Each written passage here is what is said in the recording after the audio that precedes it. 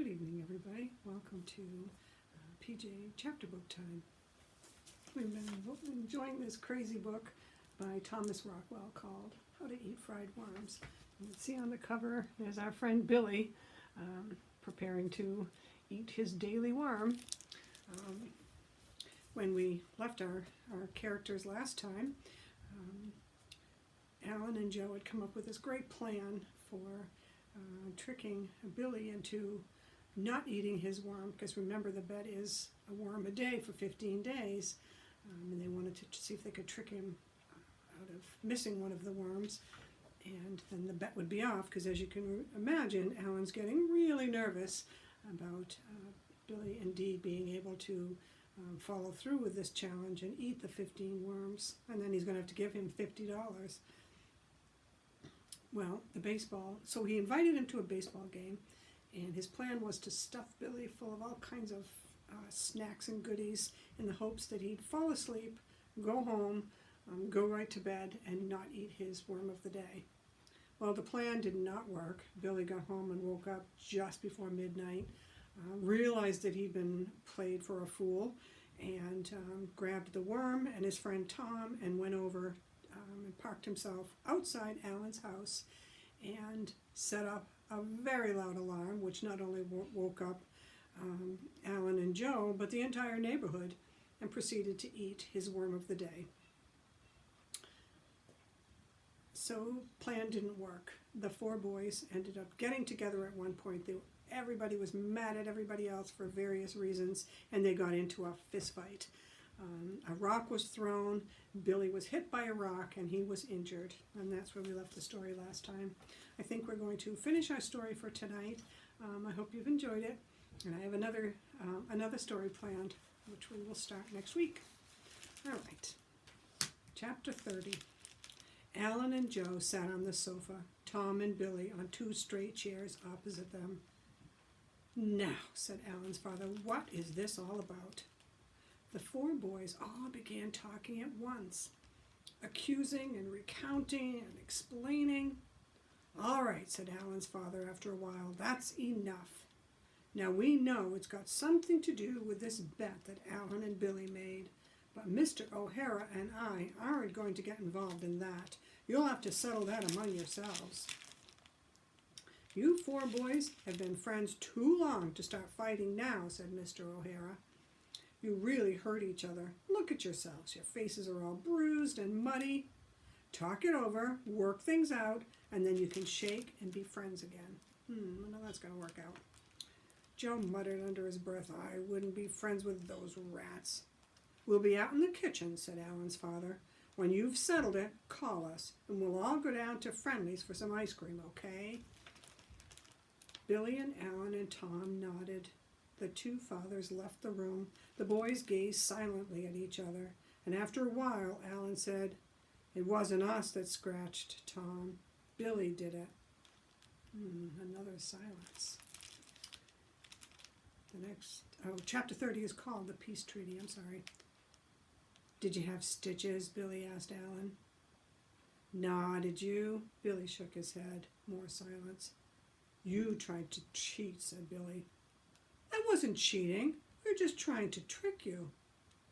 "Yeah, but before that, when you glued the two worms together, that was cheating." "Well, you would have cheated too if you'd been losing." Billy thought about it. "Okay, but look, no more cheating. I've already eaten 13 worms.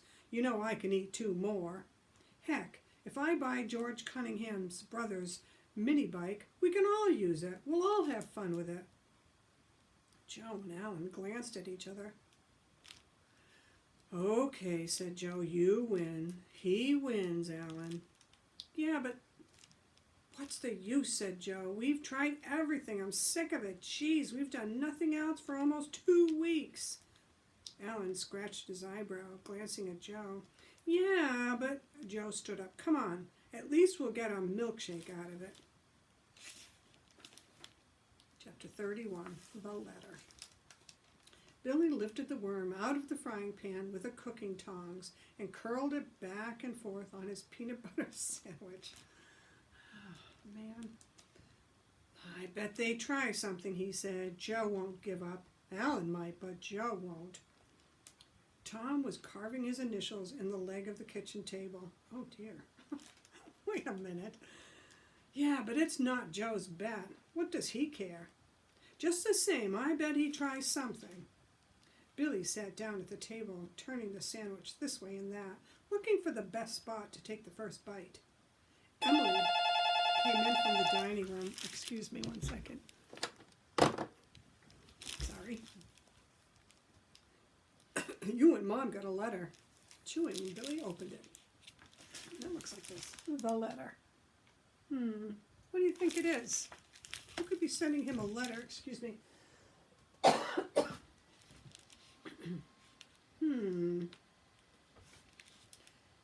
Charles M. McGrath, M.D. Do you know what that means? Doctor.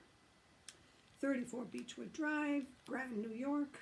Midnight, August 15th, 1973. Mrs. John Forrester, with her address. Dear Mrs. Forrester, I have just made a distressing discovery. While leafing through a medical journal before going up to bed, I noticed an article entitled Poisons in the Home Garden, a subject which necessarily fascinates me. As I glanced through the article, a phrase caught my eye. Excuse me. Lubricus terrestris, the common earthworm. I read on. Mrs. Forrester, let me assure you, first of all, that there is no cause for undue alarm. However, you will, I am sure, be concerned to learn that especially in the months of July and August, parents must be aware of the common earthworm, some varieties of which are known to secrete a substance, Lubricus coreopsis, which, though not malignant to the skin, is sometimes harmful if swallowed. Dr. A.C. Roosevelt of Hyde Park, New York, reports that 10% of the boys studied reported no ill effects except induced paralysis of the lower fulmar region. 40% reported abdominal cramping, triple vision, lasting from 2 to 3 years and impairing the school performance, and extreme lassitude. Wonder what that is. Autopsy reports have not yet been received on the remaining 50%, and so no final conclusions can be drawn. But extreme caution is urged, since the blackened and pimply faces of the subjects lead one to suspect the worst. Mrs. Forrester, as your friend and family physician, I would strongly recommend that your son William eat no more worms until I return on Thursday from New York City and can give him a thorough examination. Yours sincerely, Charles McGrath, M.D. Uh-oh. Do you think this is another trick? I'm not sure. That's some scary stuff. Chapter 32, which is called Croak. Uh-oh. His hand trembling, Billy laid the peanut butter and fried worm sandwich down on the table. Do you think? Whoa, whispered Tom. The screen door banged. Billy's father came into the kitchen. His tie loosened, his jacket over his arm. He laid his briefcase on the table. Whew, it's hot, he said cheerfully. Billy staggered to the sink and feebly drew himself a glass of water. Tom and Emily watched him, awestruck. What's the matter? Asked Billy's father. Water dribbled down Billy's chin and into his t-shirt as he drank. His mind swam poison, paralysis, extreme lassitude. Tom, said Billy's father, what's going on? Tom pointed to the letter lying on the table. Billy's father read it, smiled, glanced at Billy, and getting a beer out of the refrigerator, sat down at the table. Well, he said to Billy, so it fooled you, eh? Fooled me, croaked Billy. So, guess that wasn't a real letter. Chapter 33 is the 14th worm. He's going to keep going. But how could Alan and Joe know all those medical words, Mr. Forrester, said Tom. Lumbricus coreopsis? Fulmar? Do you know what fulmar really means? Tom and Billy shook their heads. It means a bird, a seabird, I think. Boy, said Billy, disgusted. He sat back down at the table and picked up his sandwich. They could be arrested, Mr. Forrester, said Tom. Couldn't they be arrested for defrauding the mails, couldn't they? Billy grinned and bit down on the peanut butter and fried worm sandwich. Chapter 34, the 15th. We're down to the last worm. Standing on a rusty pail, Billy peered through a crack in the horse barn. Joe was wandering about, lashing at cobwebs with a stick. Alan was slumped on a barrel, gnawing his thumbnail. Billy went around to the door. "Hi," he said. Alan didn't look up. "Hi," said Joe. Billy glanced around suspiciously. "Take it easy," said Joe. "We concede. At least I do." He's still trying to think up something. He pointed at Alan with a stick. "Where's Tom?" said Billy. He wouldn't eat his lunch, so his mother kept him in. Billy leaned over the platter on the orange crate and smelled the steaming southern fried worm. "He wanted to load it with red pepper," said Joe, "but I wouldn't let him." Billy forked the ketchup and mustard and pickle lily onto the platter, cut a piece of worm, dipped it in the glop, stuck it in his mouth, chewed nervously, swallowed, cut another piece. The worm tasted better than usual, sort of like kidney beans, southern fried kidney beans. Where'd you get this one? Oh, wait a minute. See, there's a new plan? Oh, interesting. "Down behind the Bannerman," said Joe. "From the muck," yelled Alan. "The muck. Gooey, slimy, stagnant muck." Billy grinned. "Yeah? You'll have to show me. This is the best one yet." Alan jumped up, kicked the barrel, clattering into a stall. Joe shrugged at Billy, grinning. Billy held up the last bite. "Ta-da!" He swallowed it. "Okay, let me look," said Alan. "Come on." He peered into Billy's mouth. "Oh, no, come on. There's still some stuck between your teeth there." Billy sucked noisily at his teeth. "Okay?" Alan's shoulders slumped. "I can't get the money till tomorrow," he said. "Oh, geez, you know I'll have to work Saturdays for 6 months to pay it back." He trudged slowly toward the door. "Coming, Joe?" "Yeah, maybe your father won't act so bad if I'm there when you tell him."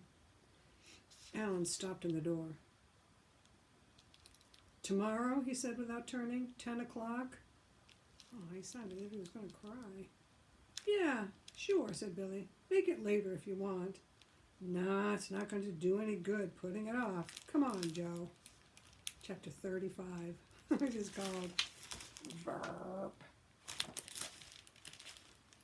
Left alone in the barn, Billy hugged himself. I won $50. Ha ha! He sat down on the crate, grinning. Heck, I knew I could do it. Ha! I was so scared at first, waking everybody up in the middle of the night. He burped. Ugh, beans. I should have made it 30 worms and won $100. That stupid letter. Joe knew when he was licked, though. Ha! Jeez. Beans? He stood up. How come that burp tasted like beans? He'd had a hamburger for lunch and a glass of milk. Then the worm. Say, they couldn't have... He snatched up the platter. Nothing left, just a few crumbs of cornmeal. Craning his neck, his eyes bugging out, straining, he burped again. Beans! Beans! He burst out of the barn, stumbling over the sill, yelling. Across the field, Joe and Alan turned. Alan started to run. Joe grabbed his arm. It was a fake, panted Billy, coming up to them. You faked it. It wasn't a real worm. Real worm, said Joe. What are you talking about? You made a worm, yelled Billy, out of beans. Then tomorrow you were going to say that I lost, that I hadn't eaten 15 worms. The last one was fake. Oh, gee, said Alan. Come on, will you? He didn't do it while I was around, said Joe. You sure? What'd you have for lunch? A hamburger and some milk. Yeah, but where'd you get the hamburger? I don't know. My mother bought it. What difference does that make? Yeah, well, a lot of hamburger you get these days has stuff mixed in it. You know, sausage meat, soybeans, breadcrumbs. So the butcher makes more money. Yeah, said Billy, sure. But anyway, you come on back just to make sure I'm going to eat another worm. Ah, geez, suit yourself. Eat 4 more. Come on, Alan, let's go. Let him eat what he wants. Chapter 36, the 15th. Billy threw back his head, lowered the worm, and Alan charged around the door, leaped on Billy's back, flung him to the ground, punching, yelling, jumped up, grabbed Billy's feet, dragged him bump across the rough, chaffy floor of the tool closet, bundled him inside, slammed the door, and locked it. Oh, jeez. Silence, water trickling into the trough outside. Alan panting. What are you going to do with him? Joe asked hoarsely from the closet. If he's in the closet, he can't eat the worm, can he? Oh, you're crazy. He's going to start to yell. His parents will hear him. Yeah. Alan's hair was mussed. His shirt tail hung out. Yeah, said Joe, eyeing him. He will. He'll start to yell and his parents will hear him. Alan glanced wildly about, started toward the door, and turned. Not if we put him down the cistern. The cistern? Do you know what that is? It's a well. Yikes. Joe wiped his mouth. Alan, cut it out. It's only $50. Come on, face it. You've lost. You can't put Billy down in that cistern all by himself. Suppose there's water in it. It's 15 feet deep. We can lower him down with a rope. Bang, bang, bang, bang, bang. Billy was kicking the tool closet door. Let me out! Help! Let me out! It's cheating! Help! I want to get out! I want to get out! I want to get out! Bang, bang, bang. He chanted rhythmically, kicking the door with both feet in time with his chant. Alan ran across the barn, grabbed hold of a beam, skidding to a stop, began to kick aside the hay and trash which littered the planking over the old cistern. Bang, bang, bang. I want to get out. I want to get out. I want to get out. Come on. Alan yelled at Joe. Help me. We were all going down in it last year. How's it going to hurt him? Come on. It'll work. I'll split it with you. Get some rope. Bang, bang, bang. I want out. Chapter 37. Whew, this is getting serious. Out of the frying pan and into the oven. On his knees, yanking at the planks which covered the old cistern, thinking, oh, I've got him, I win, he'll never.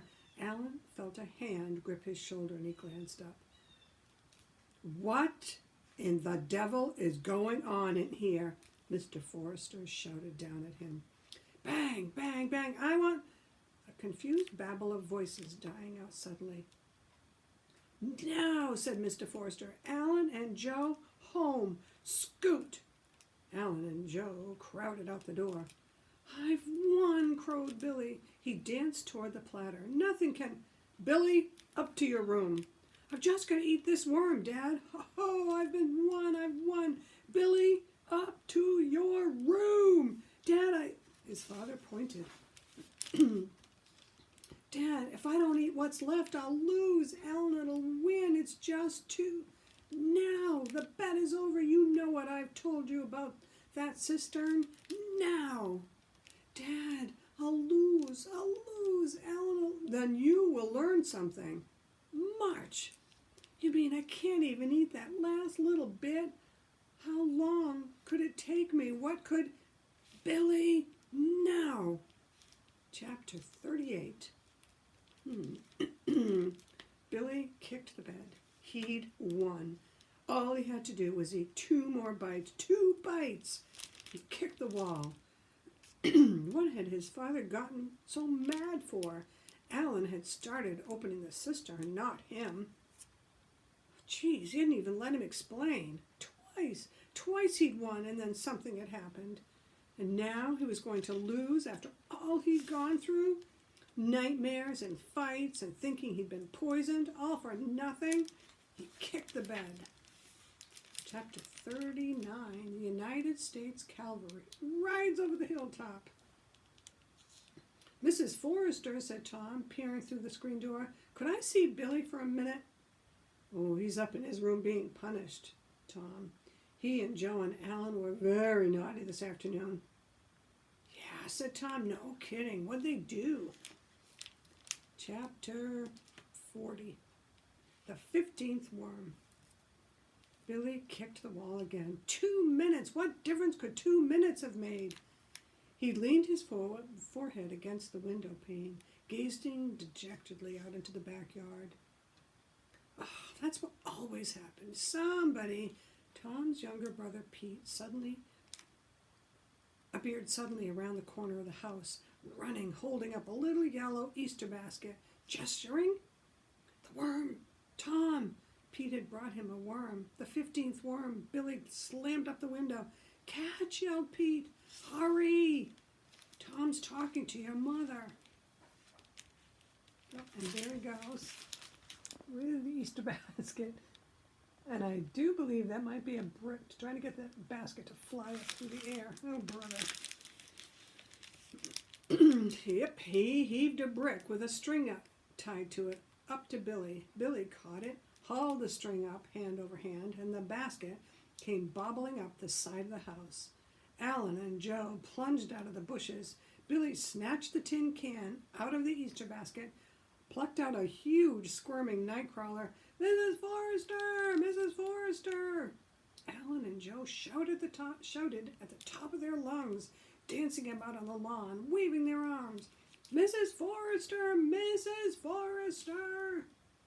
Too late, yelled Billy gleefully. Throwing back his head, he dropped the squirming nightcrawler into his mouth, chewed and chewed. Tom and Mrs. Forrester appeared around the corner of the house. Too late, Billy yelled, still chewing. Too late, I win.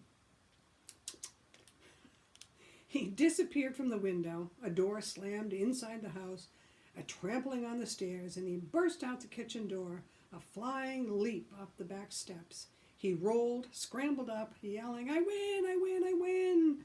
Grabbing Tom's hands, they danced around and around and around, Pete cavorting beside them. Joe and Alan slunk off through the bushes. Round and round and round, Billy's mother laughed and went into the kitchen. Round and round and round, till they collapsed on their backs in the grass. Ah, I win, gasped Billy to the blue, cloudless sky. I win. And then, just like in our other story, this one has an epilogue, which kind of ties everything together after the story has ended. Tells you what happened later. This is chapter 41.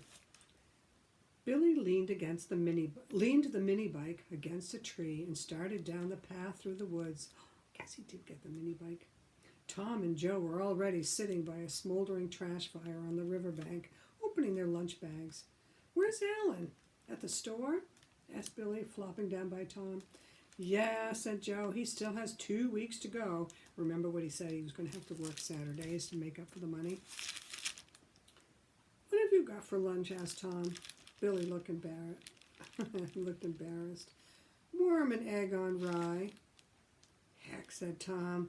Why can't you ever bring something like everybody else so you can trade? Billy frowned. He opened his lunch bag. I don't know. I just can't stop. I don't dare tell my mother. I even like the taste now. He scratched his head. Do you think there's something the doctors don't know? Do you think I could be the first person who's ever been hooked on worms? There's a picture. I don't know if you can see it, but it's the mini bike leaning up against the tree. Well, I hope you enjoyed that story. I've never read it before. It was silly at times, gross at times, but always entertaining. So thank you, Thomas Rockwell, for writing such a great story. We really enjoyed it. Thanks, everybody. I'll see you next time.